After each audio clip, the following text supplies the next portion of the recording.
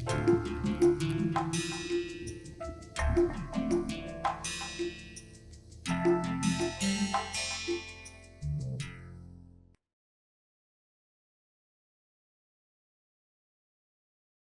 learners, greetings from IIT Guwahati.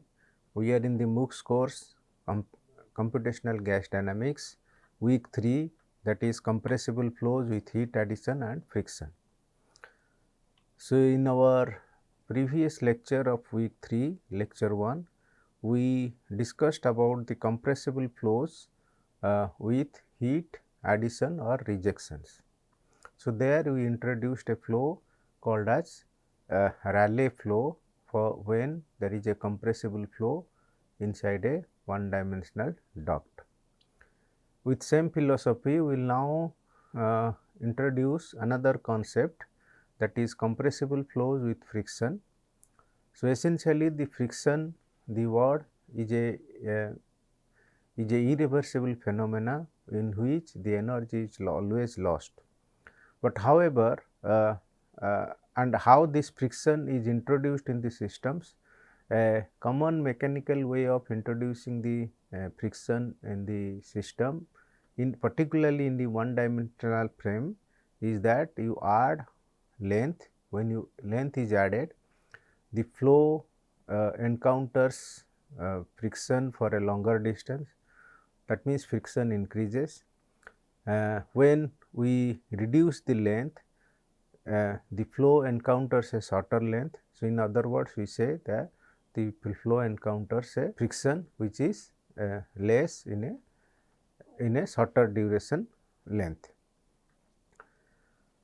So, in our discussion today, we will try to see that what is the role of friction in a compressible flow when it is flowing in a constant area duct. So, through this we will frame the governing equations. Then we will introduce a concept called as choking. So, by choking I mean that we are inducing the flow to a sonic state. So, here we will see that how length addition or length subtraction will let the compressible flow to a sonic state. Then we will try to see what is the effect of friction when there is a compressible flow in a constant area duct. There we will introduce a curve called as Fano curve. And the last part of our discussion would be a comparison between Fano curve, which is mainly due to friction, and Rayleigh curve, which was the compressible flow with heat addition or rejections. So, we will try to see what is the difference between these two curves. So, this is the essential insight of today's lecture. So, let me introduce the concept that when in the beginning of our discussion we have been telling that the possible method to change the flow characteristics for a one dimensional compressible flow in a constant area duct are normal shock, that means you create a normal shock, and when there is a normal shock there is a change in entropy, we call this as a adiabatic case. Second, heat addition or rejection, which is again a non-adiabatic case, because the non-adiabatic nature is relaxed through heat addition or heat rejection. Third, which we are going to discuss today, is friction. So, here the friction is mainly achieved due to addition or subtraction of length, and this particular case it is introduced as a non-isentropic case. So, for all the three cases the process is non-isentropic. Now, for when we say that friction is the driving force in a to change the flow property in a constant area duct, this induces the change in the Mach number of the flow when it goes from one end of the to other end of the duct. So, what we see in this figure, that it is a constant area duct with a length of L. We can say that diameter of this duct, or instead of this duct we introduce as a pipe, and of certain diameter. So, flow is entering from the region 1 and it is coming out in the region 2. So, since there is a certain length L which is essentially the length of the pipe. So, what we see is that when there is a flow which is flowing from left to right, obviously there is a shear stress at the wall which is gets induced in the entire circumference of the inside circumference of this pipe, and that shear stress is normally called as wall shear stress. So, to frame this model, we can revisit our earlier discussion as if your inflow condition which is 1 has properties values pressure, temperature, density, internal energy, velocity, and the region 2 will have properties values U2, P2, T2, rho 2, E2. And here we say that since it is a constant area duct, we will say that this control volume has length L and diameter D, but here we will say there is no heat addition into this system. So, this is how we have to model this case. Now, before you go for this, let me try to see what is the concept of this wall shear stress.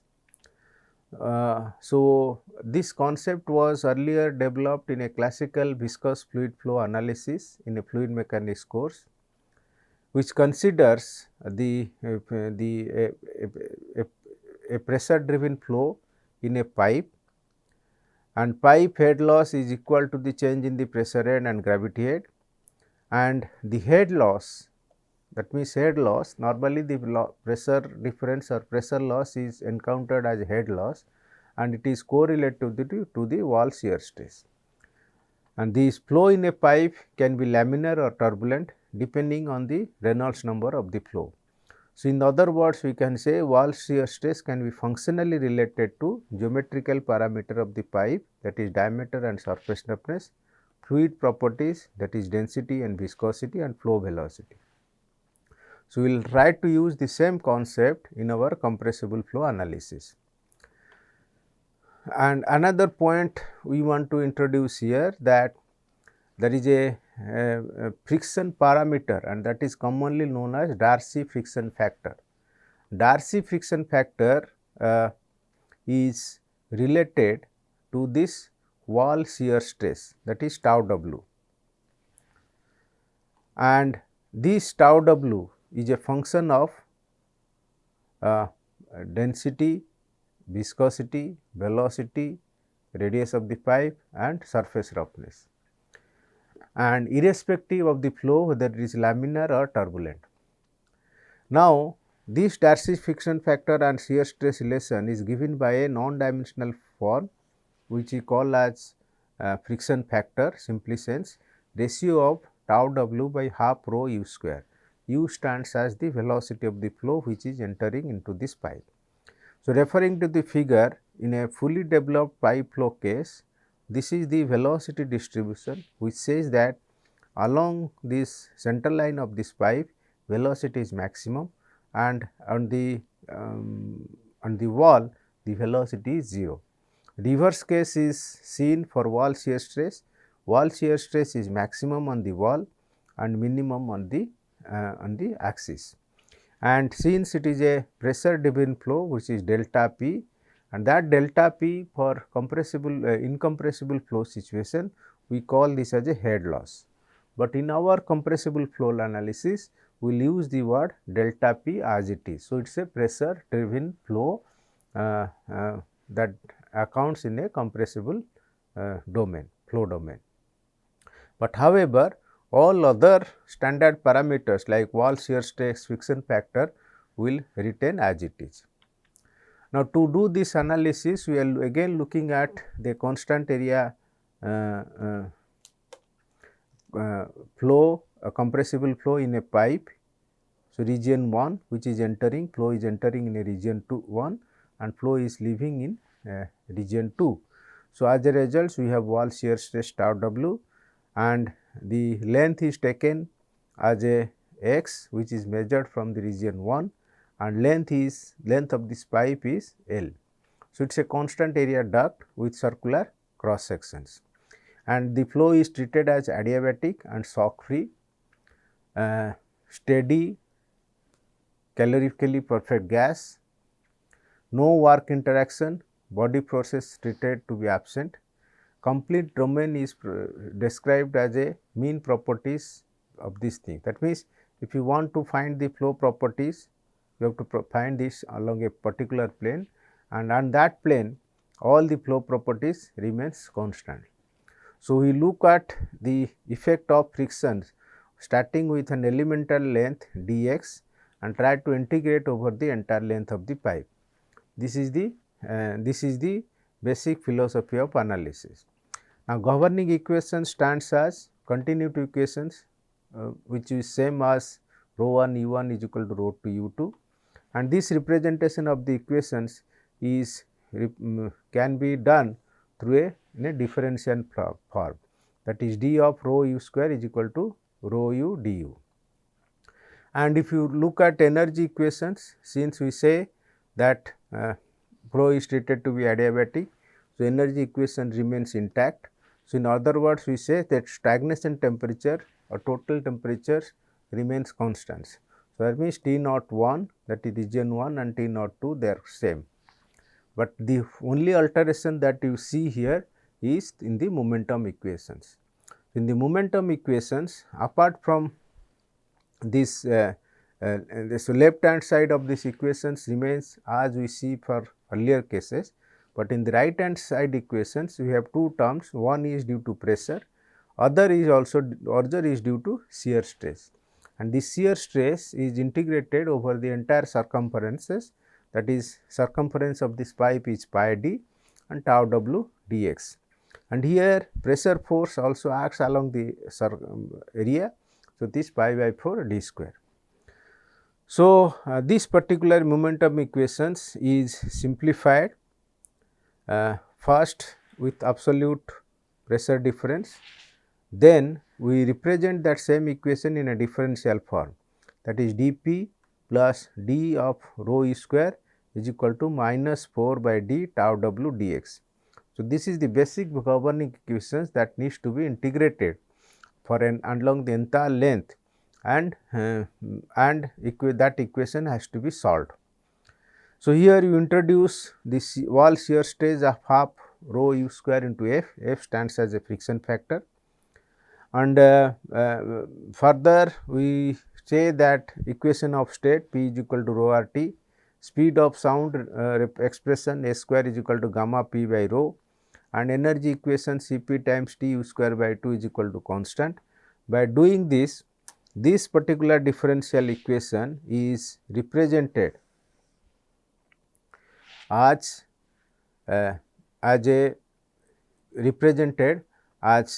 two fundamental parameters. So, left side of the equations represents the term which talks about the friction and dimensions of this pipe. Right side of this equation, if you see, interestingly it is the function of Mach number. So, one particular non-dimensional parameter, that is 4f dx by d, can be treated as a driver which controls the Mach number in a compressible domain flow in a pipe. So, this equation can be integrated if the flow Mach number changes from m1 to m2. So, integration of 4f dx by d, that is starting from L is equal to 0 to L, let us say x1 is 0, x2 is L. So, 0 to L means this will give you the entire length of the pipe and Mach number from m1 to m2. So, in doing so, we can say that this is one of the important factor which says that friction drives the flow Mach number in a constant area duct. Now, moving further, once you know the main intention of our study or discussion is that we should know this the given condition Mach number, that is inlet condition, is normally known, which is region 1 data is almost known, but we need to find the data for the region 2. So, basically once we know M 1 and M 2, then we can frame the other equations like stagnation pressure ratio, static temperature ratio, static pressure ratio, static density ratio. We can also find out the entropy change. All these thermodynamic parameters or gas dynamics parameter can be calculated.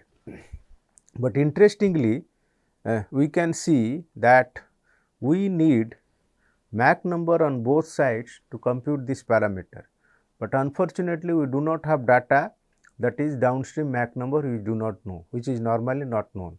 So, solving this equation is also a critical task unless and until we frame some methodology. Additionally, the flow can be laminar or turbulent, but that is again governed by the Reynolds number of the flow. Also, the flow, the surface roughness introduces turbulent nature of the flow, but whatever may be the case, our analysis will be limited for a case where in which your Reynolds number is always higher than 10 to the power 5 and surface roughness factor is taken as 0.001 d with a friction factor for that case is 0.005.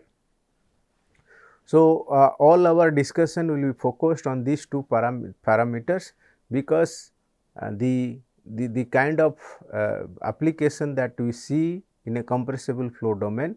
So, those are the takeaways based on which we have to frame that equations. But next question is that how do you find out downstream Mach number? So, for that we introduce a term called as a frictional choking. So, in our previous cases we have been introduced that a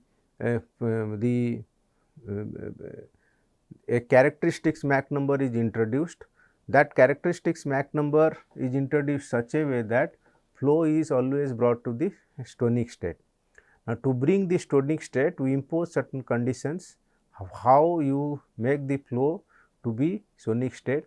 One method that we saw in our previous discussion in through Rayleigh flow, where heat is added or heat is taken away from the system, through which the flow can be brought to the sonic state, which is essentially called as the characteristics state.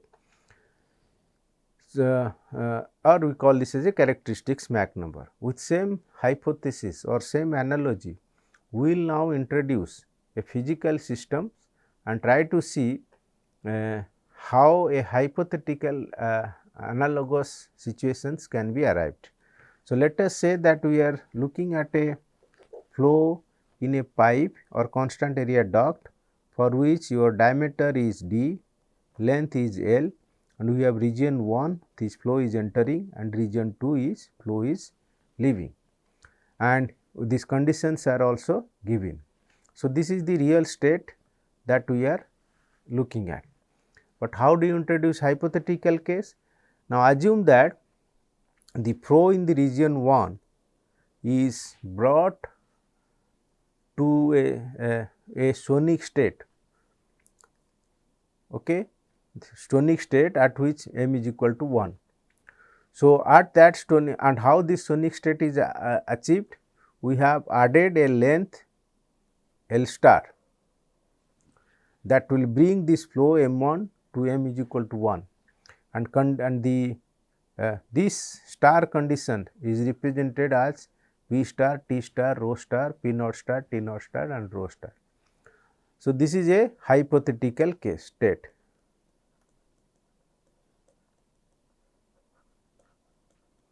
With same philosophy, so you assume that the flow in the region 2 is brought to star state, sonic state, that is m is equal to 1, and the condition will remain same. So, in a hypothetical state, but in the hypothetical state all the flow parameter remains same. But what difference we get is that in a first case we have added a length L1 star to bring it the sonic state. In the second state we have just added L2 star to bring it the sonic state. Now, referring to this figure, what we can say that your L actual length of this pipe or duct is nothing but L1 minus L2 star. So, this is the fundamental equation that we are going to use, that how you are going to achieve the sonic state. So, this hypothetical choking the flow through addition or subtraction of length is known as frictional choking. So, with this the fluid is either accelerated or decelerated to the to reach Mach number 1, but the driving factor is friction. So, that is the catch here, friction drives the flow. Then what it does it for us is that we are now referring that we are now this actual situation 1 and 2 now is brought back to an arbitrary state, which is m, p, t and rho. So, this is the arbitrary state and this is the star state at which m is equal to 1. So, we can frame a relation between these two, and that relations are given like this.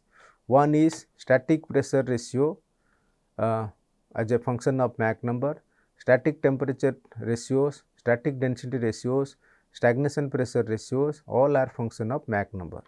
Interestingly, the 4 F bar L star by D, which is the driving factor, is function of Mach number only.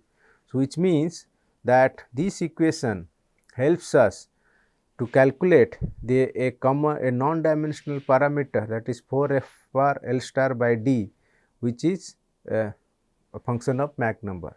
Here putting this Mach number 1, 2, 3 and all, we can find out 4 F L star by D.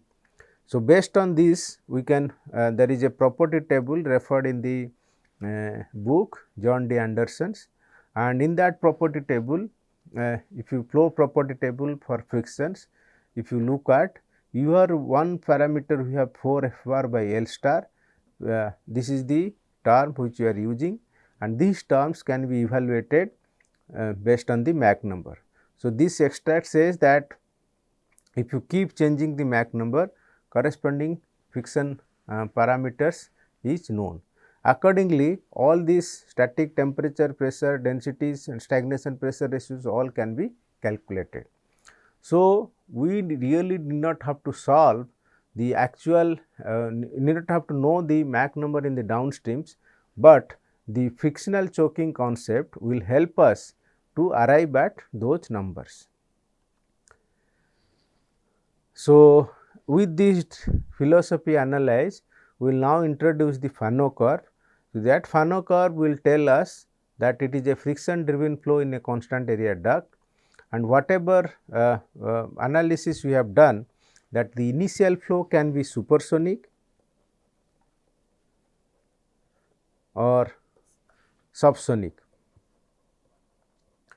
So, let us say take a first case, that case 1, if the upstream Mach number is supersonic, then the effect of friction in the downstream is such that Mach number and velocity decreases, static pressure, static temperature increases, stagnation pressure drops and total temperature remains constant. So, those can be found out from the equation as well, and we will also have same concept to be introduced in a graphically known as Fano curve. And in the other side of the story, that if your upstream Mach number is subsonic, the effect of friction in the downstream is such that the Mach number and velocity increases, static pressure and static temperature drops, stagnation pressure drops, total temperature remains constant. So, based on this we are now introduce the curve which is called as Fano curve. That means, thermodynamically we are going to introduce a curve which will tell us that how Mach number both the subsonic flow and supersonic flows can be represented in a graphically. So, on a Mollier diagram which is enthalpy entropy diagram, if you look at x axis which is plotted at entropy, entropy always increases, entropy increases. So, now so what it says is that friction drives the Mach number towards the sonic point. So, let us take any arbitrary state which in a supersonic flow which is at point 1. Now, when length is added, the point 1 moves towards the point A, that is sonic state, and when the initial flow is subsonic, the point 1 moves towards also sonic state, and the both way the entropy increases, and the uppermost point or point of maximum entropy is reached at point A.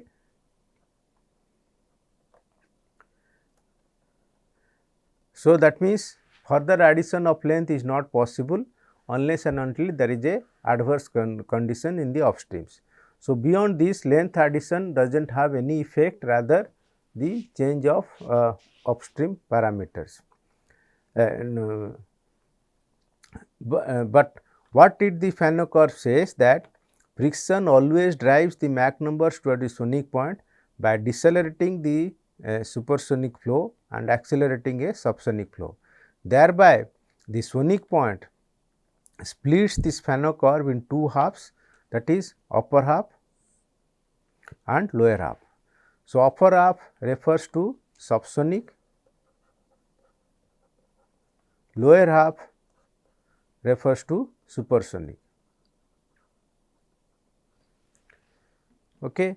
Next inference that he says, let us take a lower half of the curve, and the flow initiating at point A is driven towards the point A due to friction. Each point on the curve between 1 and A corresponds to certain duct length. So, essentially if you are looking at A and we are reaching at here, that means some duct length L1 is added. Now, from state 1 if you reach another point here, another L2 is added. So, likewise addition of length will give you this L1 star, and from this side also, upper side if you are coming, this addition of length will also lead to same L1 star. So, either case subsonic or supersonic case, this addition of length will bring you this value L star, L1 star. Now, beyond the point A, further heat addition, further length addition is not possible.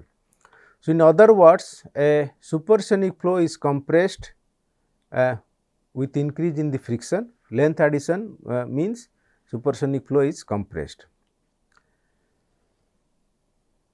The flow is choked at point A. So, we can have the critical duct length L1 star, which is fixed at for this point A, sonic point. Now, coming back the other side of the story, that if increase in the if length of the duct is sufficiently large, the point A is reached, flow is choked. Further increase in the length is not is impossible without altering the Mach number to a lower values, because entropy will not allow to go beyond that point. So, that is the called as law of entropy.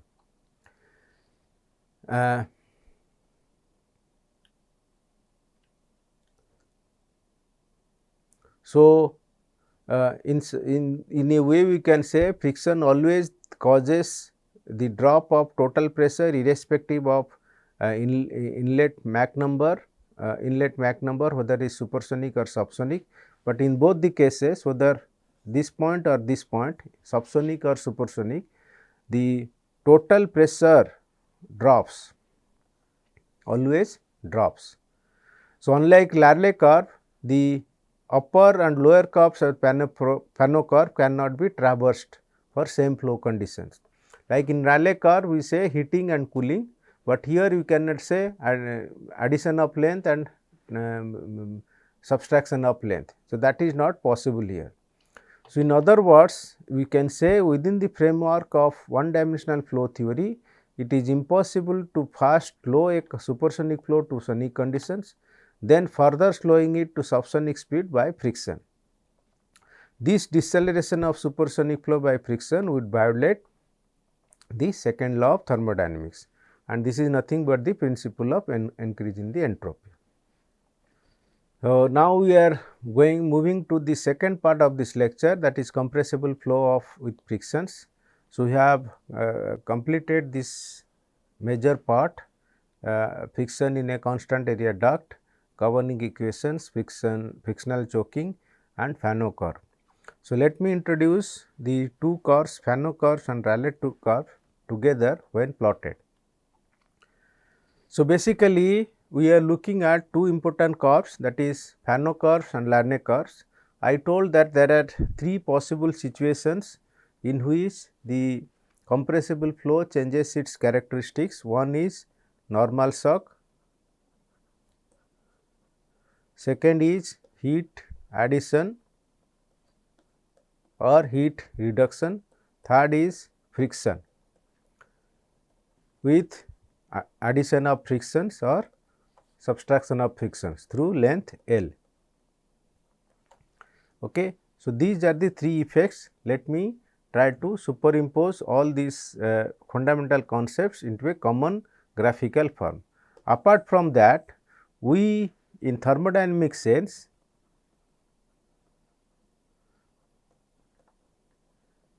we have introduced a curve, isentropic curve, or we say isentropic compression.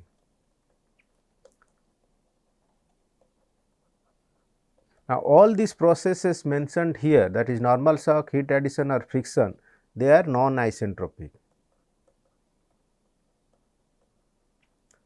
Now, let us see how you can compare. So, first curve, that is when you say pressure volume specific volume diagram, here I have introduced one isentropic curve in which compression is done from with change in the specific volume V1 to V2. So, we are moving along this curve, and this is a isentropic reversible process. So, one can move from this to this. For same pressure, we can see this curve refers to isentropic curve. And in a shock compression, that is normal shock, we introduced a curve, Higgian curve, which is called as shock wave compression. So, this process is irreversible, and this Higgian the isentropic compression is reversible. Now, recently we introduced the heat addition process in a Rayleigh curve. So, in a Rayleigh curve goes like heating and cooling, and Rayleigh curve, that is heat and cooling. Rayleigh curve has two important points, one is point of maximum entropy. We can drop a vertical from this point, and here there is a point of maximum enthalpy.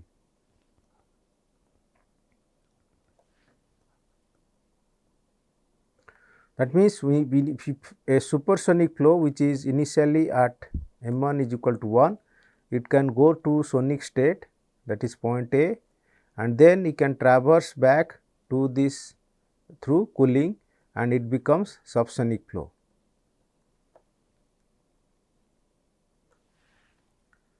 So, this side we have subsonic. So, that means, a supersonic flow can go to subsonic flow by following a Rayleigh curve path. And if you look at Fano curve, that is third one, friction, there is a point of maximum friction, S max, that refers to the point of maximum entropy. So, a supersonic flow at point 1 goes to subsonic state,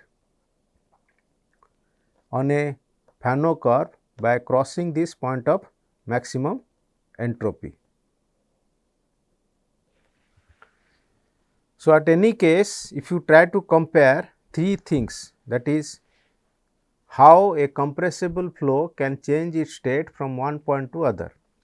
So, if one can go from its initial state, let us say initial state for all the three cases is 1. So, if you are initial state, we can change to state normal through a normal shock, we can go to point 2 through an in a Hugoniot curve, that is shock wave compression. If your initial state is 1, we can go to state 2 on a Rayleigh curve through heat addition or subtraction, and on a third approach is that by adding to reach point 2, we can go along a Fano curve. So, obviously, what I am trying to say here, that when you superimpose for same initial conditions all the three curves, what we can say that this Fano curve and Rayleigh curve cuts this point, that means initial state for both the things is same, but final state is 2. One can achieve it through Fano curve, other is we can achieve it through Rayleigh curve. There is no other substitute that point 1 or 2 can go, either Rayleigh curve or Fano curve. But third ideal choice could be that this point 1 and 2 could be possible states across a normal shock. So, what I meant to say, intersection of point 1 and 2 could be a possible thermodynamic states across a normal shock by satisfying one dimensional equations. So, this is the correlations what we have done so far among a normal shock, heat addition and friction, and common analogy they come in a framework with this comparison, that how we achieve this state 1 and 2. So, this is the entire summary what I have expressed here, that for a Rayleigh curve we introduce these one dimensional equations, continuity, momentum and energy. For normal shock we also introduce their equations, and Fano curve we will also introduce by introducing the factor frictions. So, here friction is introduced in the Fano curve, heat addition term is introduced in a Rayleigh curve. Normal shock has nothing but it is in Hugoniot curve, which was introduced in the previous slide. So, on a Mollier diagram, both Fano curve and Rayleigh curve is plotted and they will intersect at point 1 and 2. This 1 and 2 is nothing but thermodynamic states that can be achieved across a normal shock. So, this is the entire summary for all the one dimensional conditions we have studied. So, with this philosophy, let me try to revisit some of the important problems to understand the concept of our lectures. So, the first problem talks about that a supersonic stream of air enters in a constant area duct at flow Mach number of 3 at given pressure 1 bar and 300 Kelvin. Duct has inside diameter of 0.12 would be meter. Then how much length of the duct is required to choke the flow? So, basically this is the real problem, that is region 1 where data is given, and region 2 is nothing but your star conditions. So, here if you say this particular figure, we are now looking at your initial condition, your P1 is equal to 1 bar, T1 is equal to 300 Kelvin, and what we will have to require, what is L1 star and corresponding downstream properties, which are this, and the average friction factor F is given 0.005, L is given as 0.12 meter, Okay. So, to solve the problem, let us say that what is the state 1. Data given here M1 is equal to 3, P1 is equal to 1 bar, T1 is equal to 300 Kelvin. For this data, we can find out this also P naught 1 stagnation pressure 36.73 bar. From this is from the isentropic table. T naught 1 840 Kelvin, rho naught 1 15.44 kg per meter cube. So, this data is given. Now, what you should refer friction table.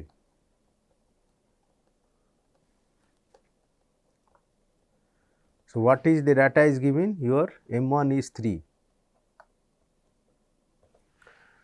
Now, this is the extract which is called as friction table. So, when this, if you look at this particular axis, M1 3 is equal to 3 stands in the end. So, for that value, we can write down these numbers as this.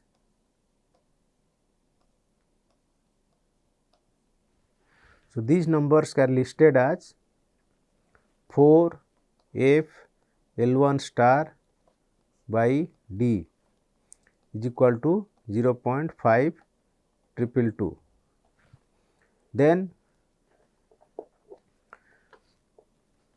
T1 by T star is equal to 0.4286. Then P1 by P star is equal to 0.2182. Rho 1 by rho star is equal to 0.5092. P naught 1 by P star, P naught star 4.235, and here T naught 1 is equal to T naught 2, that is 840 Kelvin.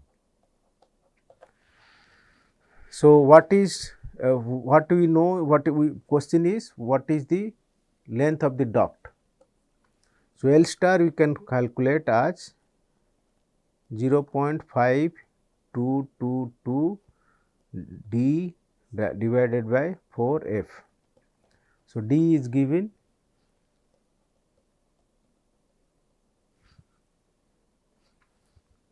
as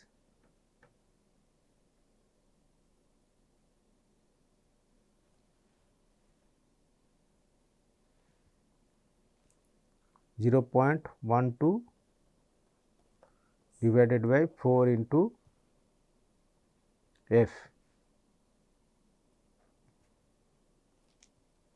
0.005. So, this number is 3.13 meter, and since we have these ratios, we can calculate P star. P star is equal to 4.58 bar, T star is equal to 700 Kelvin, rho star is equal to 2.32 kg per meter cube, P naught star 8.67 bar, rho naught star 3.64 kg per meter cube. Okay. So, this is the problem which we need to solve is we got all the flow properties corresponding to this length of the duct that choke the flow.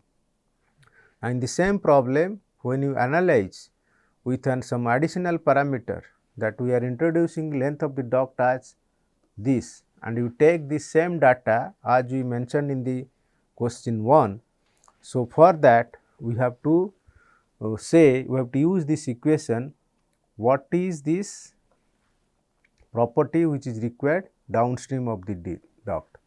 So, for this problem what extra data we required, we require this length of the duct, and that length of the duct is given. So, this equation we can use it to find the downstream condition 2. Upstream condition 1 is known. So, that means from upstream condition 1 we go to star condition through this way, then from star condition we can come back to condition 2 through this equation. So, how do you achieve it? So, for that let us recall the data previous question 1 data, which we have already known to us, that is M1 is equal to 3, we have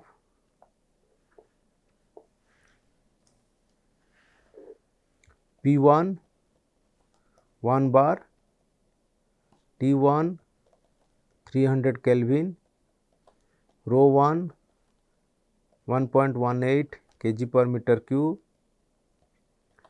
rho naught 1 15.4 kg per meter cube, T naught 1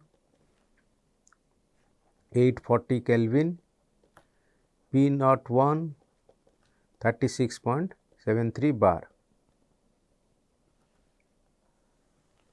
That is region 1, and region 2 we use for M1 is equal to 3, we have the ratio 4F L1 star by D is equal to 0.522, P1 by P star is equal to 0.2182, T1 by T star is equal to 0.4286, rho 1 by rho star 0.5092, then P naught 1 by P naught star 4.235. So, this is data we extract for this case, right. Now, let us recall this equation, that is L is equal to L1 star minus L2 star. So, if we multiply 4F L divided by D 4F L1 star by D minus 4F L2 star by D. So, your F is given 0.005, D is 0.12 meter, L is 1.5 meter. So, from this equation what is not known is 4F L2 star by D, that parameter we can calculate as 0.2722.